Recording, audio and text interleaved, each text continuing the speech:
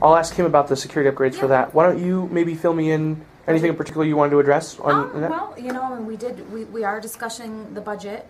The budget was presented to us 2 weeks ago, which was on February 12th.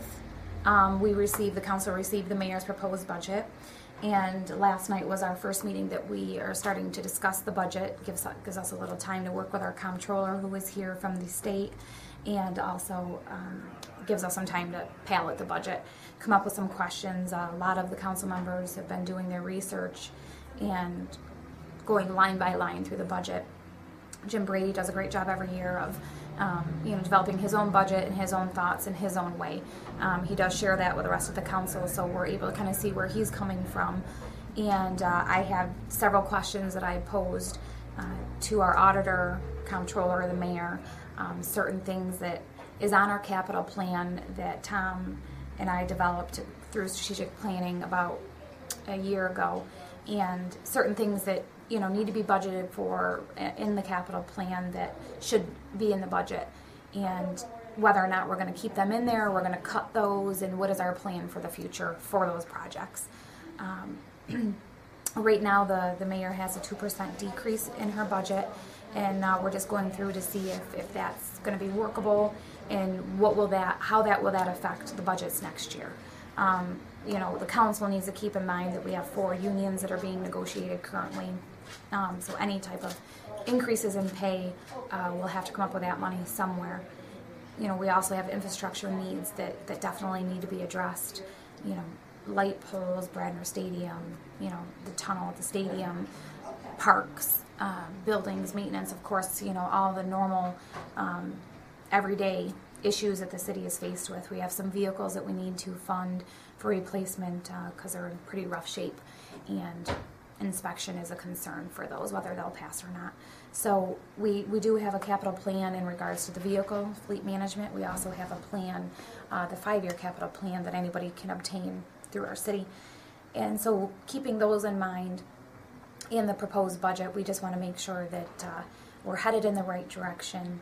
Monies, our taxpayer dollars are being used wisely.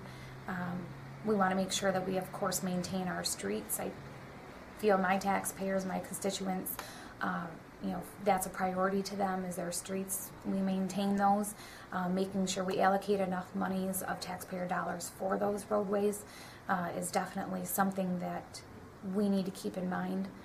Public safety is a big issue. Make sure our public safety, has the equipment that they need, that's upgraded. So there's a lot of different issues, and the budget's never an easy process.